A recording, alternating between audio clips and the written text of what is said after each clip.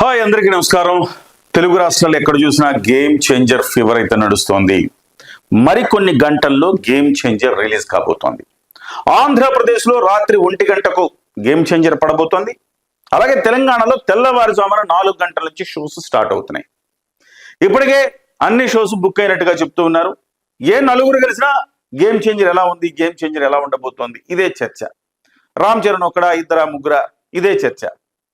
ఇందుకే game changer Dil Raju game change చేస్తాడా, శంకర్ గారి గేమ్ చేంజ్ చేస్తాడా, ఇదే చర్చ. డెఫినెట్ గా దిల్ రాజు గారి గేమ్ అయితే చేంజ్ కాబోతోంది. అలాగే శంకర్ గారి గేమ్ కూడా చేంజ్ కాబోతా ఉంది. గత కొన్ని రోజులుగా వాళ్ళకి హిట్ లేదు కాబట్టి వాళ్ళిద్దరు గేమ్ చేంజ్ కాబోతోంది. మూడో అంశం, ఇక రామ్ చరణ్ గారికి ఆల్రెడీ గేమ్ చేంజ్ అయిపోయింది, గ్లోబల్ స్టార్ అయిపోయారు. ఆయన మరొక మెట్టు ఎక్కే అవకాశం ఉంది. ఎస్పెషల్లీ ఆయనకు డెఫినెట్ గా ఈసారి జాతీయ అవార్డు ఖాయం అని చెప్తున్నారు. అట్లాంటి పర్ఫార్మెన్స్ ఇందులో ఇచ్చారని చెప్తున్నారు. సరే, ఏం చర్చలు జరుగుతా ఉన్నా ఒకడు వచ్చేసాడు, ఉమైర్ సంధు అనేవాడు వచ్చేసి ఒక నెగటివ్ రివ్యూ ఇచ్చాడు. ఎవడేడు ఉమైర్ సంధు అనేవాడు అసలు ఏం సంబంధం వాడికి? ఓవర్సీస్ రివ్యూర్ అంట, సౌత్ ఇండియా సినిమాల మీద ఇస్తాడంట. వాడెవడో ఎప్పుడు కనపడ్డు వినపడ్డు, ఏ ఛానల్లో ఎప్పుడు తెలుగు ఛానల్ ఎప్పుడు మనకు కనపడలేదు. వాడెవడో ఎక్కడి నుంచో కూర్చొని దేశ విదేశాల్లో కూర్చొని ఒక మాట రాస్తే దాన్ని పట్టుకొని మనం ఇక్కడ కథలను లేసి మన వెబ్సైట్లలో లేకపోతే యూట్యూబ్లో లేకపోతే ప్రధానమైన ఛానల్స్లో కూడా ఉమైర్ సంధు అనేస్తుంటాడు. ఆడ గొప్ప ఏంటో నాకు అర్థం కాదు. సరే, ఏదేమైనా నేను ఒక మాట చెప్పదలుచుకున్నా. ఉమైర్ సంధు అనేవాడు ఒక నెగటివిటీ ఫోర్సు. వాడు మెగా ఫ్యామిలీలు ఎప్పుడు కూడా మంచిగా మాట్లాడిన సందర్భాలు లేవు.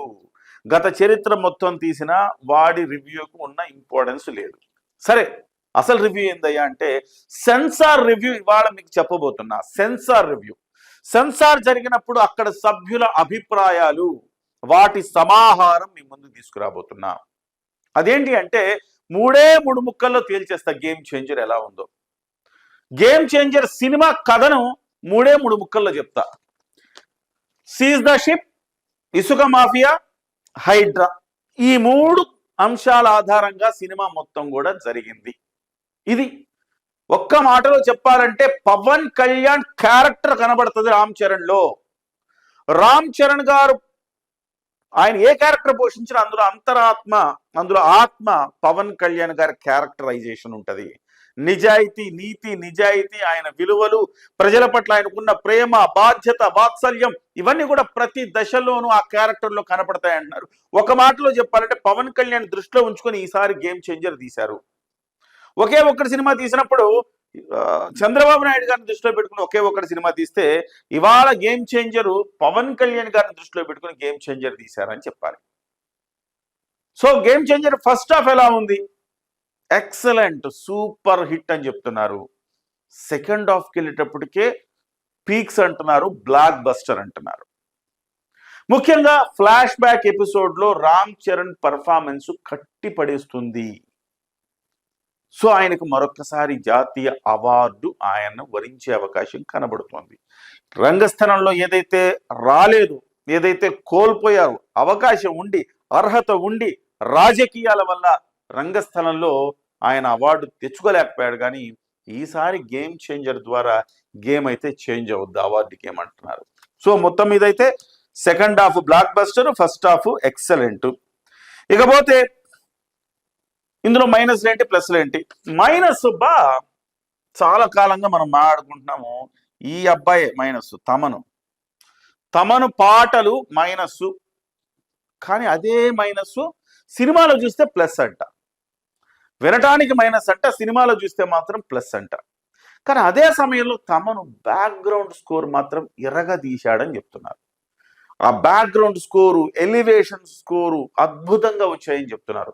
తమను ఒక రకంగా పూర్తి 100% న్యాయం చేశాడా అంటే న్యాయం చేశాడని చెప్పాలి. అంటే బ్యాక్గ్రౌండ్ స్కోర్లో 100కి 200 మార్కులు ఇచ్చి పాటలను మాత్రం 100కి 50 మార్కులు ఇచ్చాడు. ఏ తర్వాత చూస్తే 100 అయితే దాటింది. సో ఆ రకంగా తమను ఒక్కడు కొంత అక్కడ నెగిటివ్ అయిపోయాడు ఆ పాటల ద్వారా అనుకుంటే బ్యాక్గ్రౌండ్ స్కోర్లో ప్లస్ అయ్యాడని చెప్పాలి. ఇంకోటి, శంకర్ గారికి సంబంధించి మాత్రం ఒక నెగిటివిటీ అయితే ప్రచారంలో ఉంది. భారతీయ 2 పోయిన తర్వాత శంకర్ గారి పని అయిపోయింది అనేవాళ్ళు కూడా లేకపోలేదు. ఆయనది కొంచెం సినిమా పట్ల ఆయన ఒక నెగిటివ్ ఫోర్స్గా తయారయ్యాడు. దాన్ని కూడా ఇవాళ స్క్రీన్ మీద చూసిన తర్వాత శంకర్ గారు మళ్ళీ పాత శంకర్ అయిపోయారు అని చెప్తున్నారు. ఒకే ఒక్కడు శంకర్ అంటే మామూలుడు కాదు. మనం ఒక్కసారి శంకర్ భారతీయ 2 చూసి శంకర్ని మనం తక్కువ అంచనా వేయద్దు. శంకర్ ఒక జెంటిల్మ్యాన్, ప్రేమికుడు. 1993లో జెంటిల్మ్యాన్ వచ్చింది. జెంటిల్మ్యాన్, ప్రేమికుడు, భారతీయుడు, జీన్స్, ఒకే ఒక్కడు, బాయ్స్, అపరిచితుడు, శివాజీ, రోబో, వరుసగా 9 సినిమాలు హిట్ కొట్టాడు ఆయన. ఆ తర్వాత గత 4 సినిమాలు వచ్చినాయి. ఆ 4 సినిమాల్లో ఒకటి స్నేహితుడు రీషూట్ ఆయన రీమేక్ చేశాడు, అది యావరేజ్ వెళ్ళింది. ఐ అండ్ ఇండియన్ 2, భారతీయ 2 ఈ 2 మాత్రం ఫ్లాప్లు అయినాయి. రోబో 2.0 మాత్రం ఒక హిట్ రూపంలోకి వెళ్ళింది. బ్లాక్ బస్టర్ అని చెప్పలేం కానీ రోబో 2 హిట్ అయింది, అది అందరికీ తెలిసిన విషయమే. సో శంకర్ గారు మళ్ళీ పాత శంకర్, వరుస 9 హిట్లు కొట్టిన శంకర్ మళ్ళీ కనబడబోతున్నాడు. దానికి రీజన్ ఎందుకంటే మొదట్లో మీరు చెప్పారు కదా, మరి సీజ్ ద షిప్ అంటున్నారు, ఇసుక మాఫియా అంటున్నారు, హైడ్రా అంటున్నారు, మరి ఆయన స్టోరీ రాసుకున్నప్పుడు ఇవన్నీ లేవు కదా అంటే ఎస్, రీషూట్స్ జరిగినాయట. రీషూట్స్ జరగటం వల్ల శంకర్ గారును అలాగే దిల్ రాజు గారు ఇద్దరికి ఇది గేమ్ చేంజర్ సినిమా కాబట్టి రీషూట్స్ లో దిల్ రాజు గారు దగ్గరుండి ఖర్చు ఎక్కువైనా పర్లేదు, కొన్ని అంశాలను మనం దీంట్లోకి మార్చాలని చెప్పేసి కొంత మార్చుకుంటూ షూటింగ్ ని ఇవాళ అంశాలకు తగ్గట్టుగా ఈ షూటింగ్ ని తీసుకోవటం అనేది ఇక్కడ ప్రధానమైన పాయింట్. తద్వారా ఇవాళ గేమ్ చేంజర్ అనేది మన నేటివిటీకి, మనకున్న ఇప్పుడున్న పొలిటికల్ వాటికి చాలా దగ్గరగా ప్రతి ఒక్కడు అరే మొన్న జరిగింది కదా ఇది, నిన్న జరిగింది కదా ఇది అనుకునేలాగా సినిమా వస్తుందని చెప్తున్నారు. దిల్ రాజు గారు జోక్యం ఒక రకంగా ఈ సినిమాకి చాలా ప్లస్ అయిందని చెప్తున్నారు. శంకర్ గారు సినిమాలకు సహజంగా దిల్ రాజు గారు అంటే నిర్మాతలు జోక్యం చేసుకోరు, కానీ నిర్మాతలు పూర్తిగా దిల్ రాజు గారు జోక్యం చేసుకోవటం వల్ల ఈ సినిమాలో గతం కంటే కూడా శంకర్ గారు, పాత శంకర్ గారిని చూసిన అనుభూతి కలుగుతుందని చెప్తున్నారు. ఇకపోతే ప్లస్సులు చూస్తేనయ్యా, ప్లస్సులు ఆర్సీ గారి ఈయన గెటప్పులు అద్దిరిపోయినాయట. రామ్ చరణ్ గారు ఐఏఎస్ ఆఫీసర్ అయితే ఐఏఎస్ ఆఫీసర్ అంటే ఇలా ఉండాలి, IPS officer getup IPS officer అంటే, రైతు గెటప్ రైతు నాయకుడు అంటే ఇట్లా ఉండాలి అన్నట్టుగా రామ్ చరణ్ గారు చాలా సెటిల్డ్ గా తన పర్ఫార్మెన్స్ తోటి అందరి మన్ననను చూరగొనటం ఖాయమని చెప్తున్నారు. అలాగే దిల్ రాజు గారు ప్లస్, బీజిఎం అదిరింది, కథనం రొటీన్ కథ, మైనస్ ఉంది ఇంకోటి చెప్పాలి, రొటీన్ కథ కానీ కథనం నడిపేది అంటే ఏమంటారు దాన్ని, రేసీ స్క్రీన్ ప్లే అంటారు, రేసీ స్క్రీన్ ప్లే.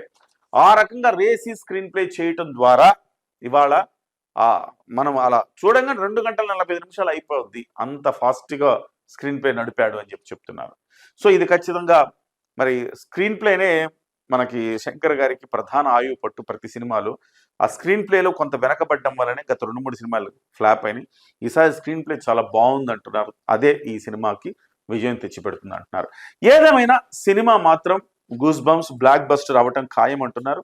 మరి ఈ ఖాయం అనగానే మనకి వెంటనే గుర్తొచ్చేది, మరి పుష్ప 2 కలెక్షన్లు బ్రేక్ చేస్తుందా, పుష్ప 2 డే 1 కలెక్షన్లు బ్రేక్ చేస్తుందా, డే 2 బ్రేక్ చేస్తుందా, ఈ మనం మాట్లాడుకుంటాం. పుష్ప 2 వేరు, గేమ్ చేంజర్ వేరు. చాలా ఈ అంచనాల్లోకి మీరు ఈ పోలికల్లోకి వెళ్ళక్కర్లేదు. ఎందుకంటే పుష్ప 2 అనేది పుష్ప 1 ఇచ్చిన బజ్ మీద వచ్చింది. పుష్ప 2 గేమ్ చేంజర్ అనేది ఒక రకంగా మైనస్ లోంచి ఇవాళ ప్లస్కి ఇలా వెళుతున్న సినిమా కాబట్టి ఆ రకమైన అంచనాలు పోలికల్లోకి వెళ్ళకపోతే సినిమా మాత్రం సూపర్ డూపర్ హిట్ అని చెప్తున్నారు. డెఫినెట్గా ఒక 1000 కోట్ల మార్కుకి దగ్గర 700-800 కోట్లు పైబడి ఈ సినిమా కలెక్ట్ చేసే అవకాశం ఉందని అయితే మనకు వస్తున్న అంచనాలు.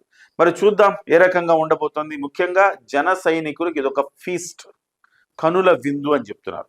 చూద్దాం ఏ రకంగా మరి కొన్ని గంటల్లో తినబోతూ రుచి ఎందుకు అన్నట్టుగా మరి కొన్ని గంటల్లో మనం పూర్తి స్థాయి సినిమాని ఆస్వాదించవచ్చు.